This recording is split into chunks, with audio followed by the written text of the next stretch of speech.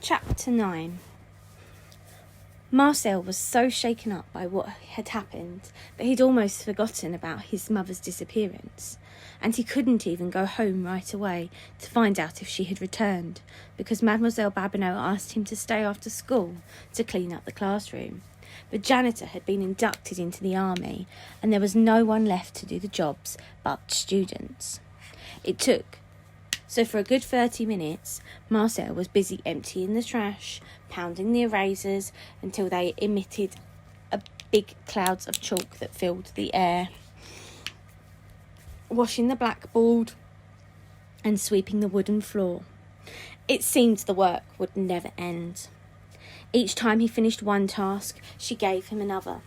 Finally, though, he seemed to have finished. "Merci, Marcel," she said. "You did a good job today." "Thank you." Marcel smiled.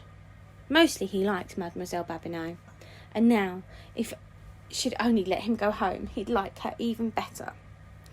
It was after 5 o'clock when he locked up his bicycle in front of the bakery. He found his father in the kitchen, awkwardly trying to prepare the evening meal.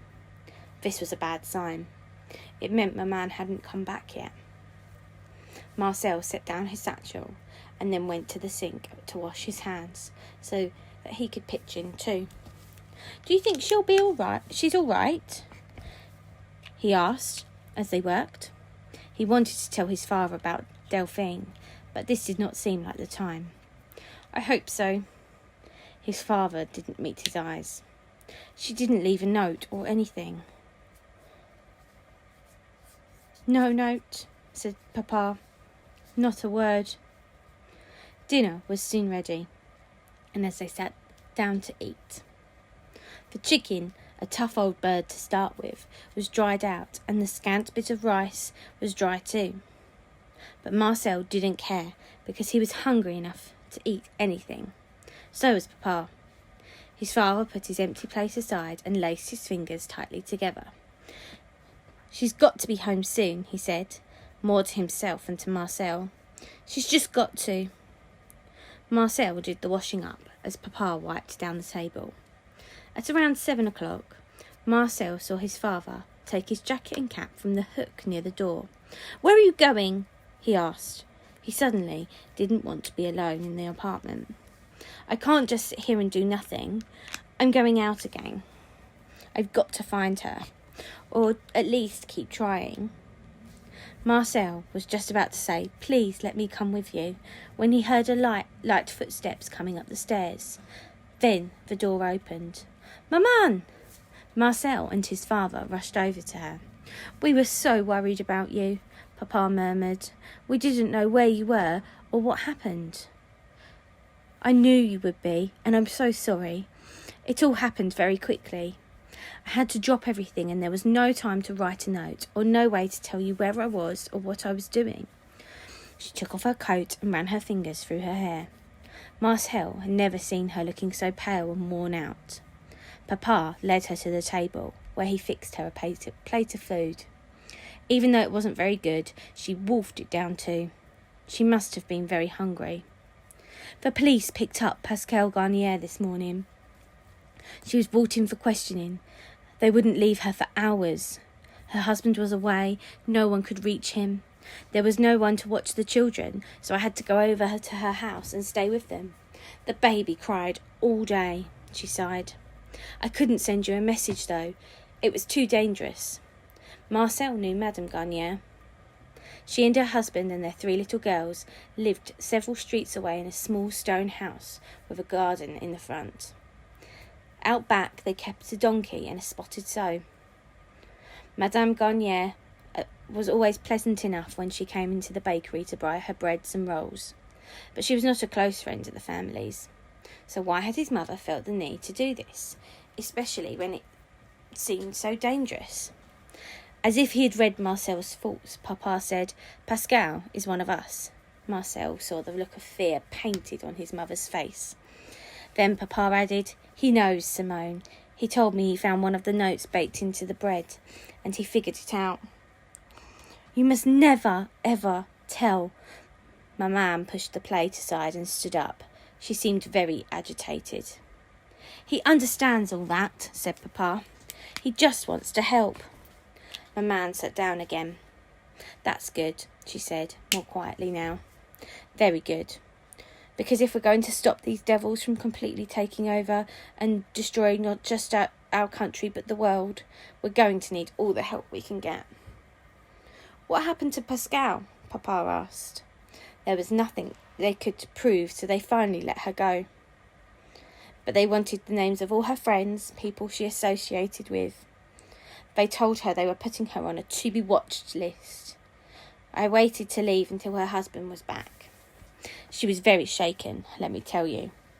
So are you, Papa said. Mamma buried her face in her hands. Then she lifted it up again. But I'm all right. All of us are. We have to be as brave and focused as we've ever been in our lives. Marcel sat down across from his mother. Yes, he was shaken. Frightened too. Who wouldn't be?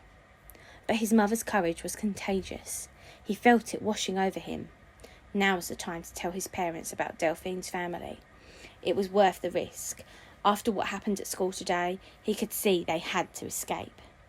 And it needed to be as soon as possible. There's something I have to tell you, he began. Quickly, he filled his parents in on the situation. The visit from the Gispato, the revelation that Delphine and her family were Jewish, the awful way she had been exposed by Thierry today. He was breaking his promise, but he had to. He had to. Delphine needed the help, and this was the only way he could give it to her. I thought they might be Jews, said his mother. The fact that they moved here so suddenly, in the middle of the school year, and no one has seen very much of them. They keep to themselves. Marcel remembered how Delphine had not been allowed to bring friends home. That must be why. That boy, Thierry, said Papa.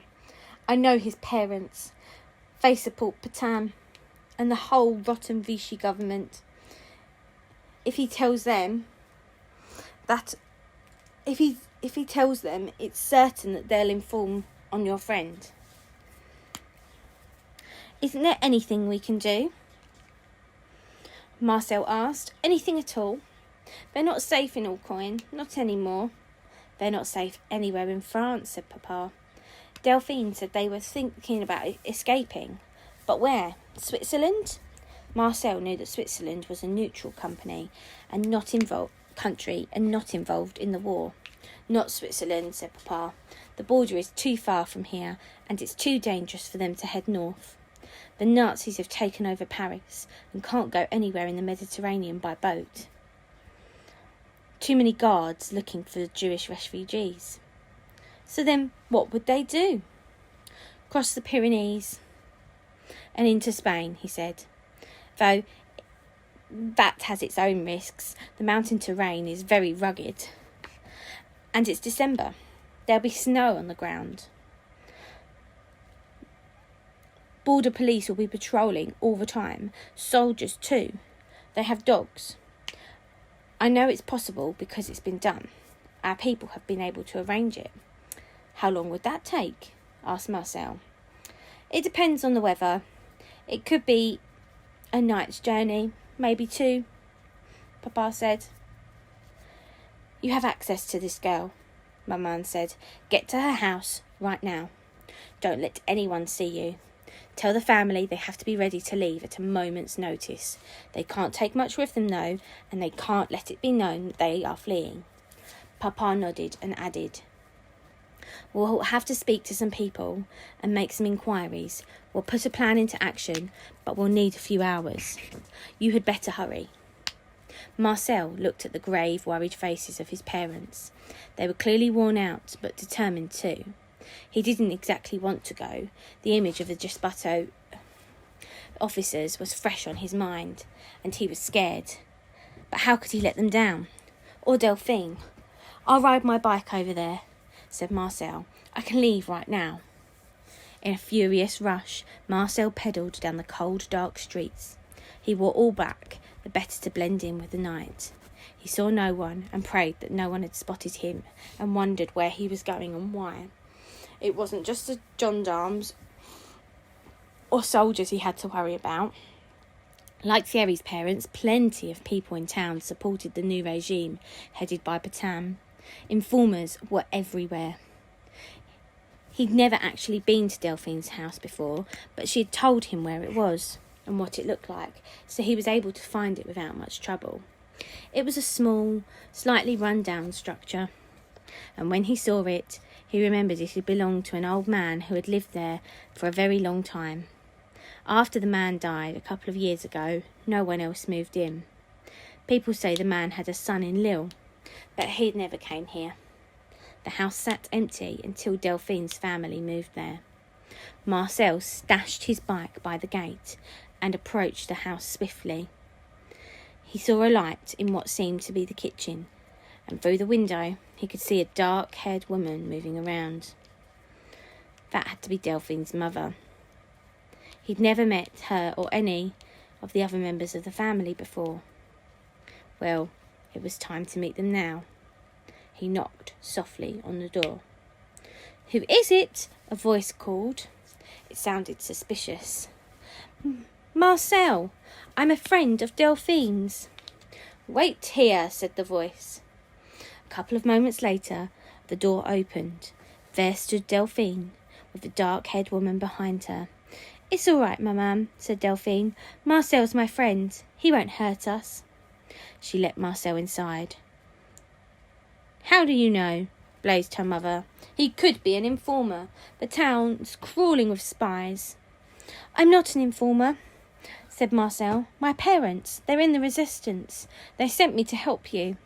He straightened up, trying to stand as tall as he could. "You see," Delphine said.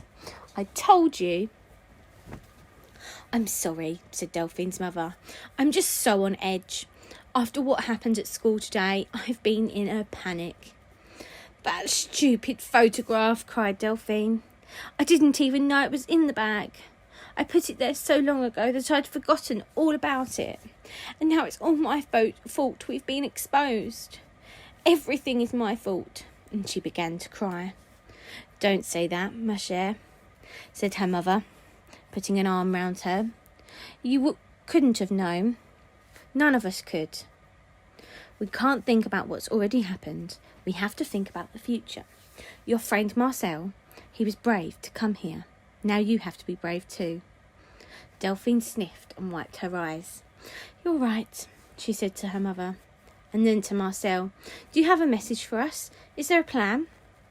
"My parents are working on it right now. They said to tell you to be ready to leave at any time, but not to make it look like you are fleeing. I'll be back as soon as I have something to tell you." Delphine listened attentively, nodding as he spoke. Then she asked, "Why is your family doing all this?" "Because we have to," he said. "It's the right thing to do. We just can't give in to them. We can't." "We're grateful they feel that way," said a deep voice. Marcel turned to see a man with a short dark beard enter the room. Delphine's father. "Not everyone does. There are plenty of French people who are supporting the Germans. They're only too happy to turn us in. We've got to get out of here." "My father said something about going over the mountains into Spain," said Marcel. "But it's so dangerous," said Delphine's mother. Marcel said nothing. She was right. He had studied those mountains, the Pyrenees, in geography. Like Papa said, the terrain was steep and rocky, and there would be snow, ice, and freezing winds. Wild animals lived in the forest, and of course there would be soldiers combing the paths. They might have a fierce, sharp-nosed dogs along with them. Marcel wished he could say something that would sound encouraging, but all he could think of was, "I'll be back. You can count on me."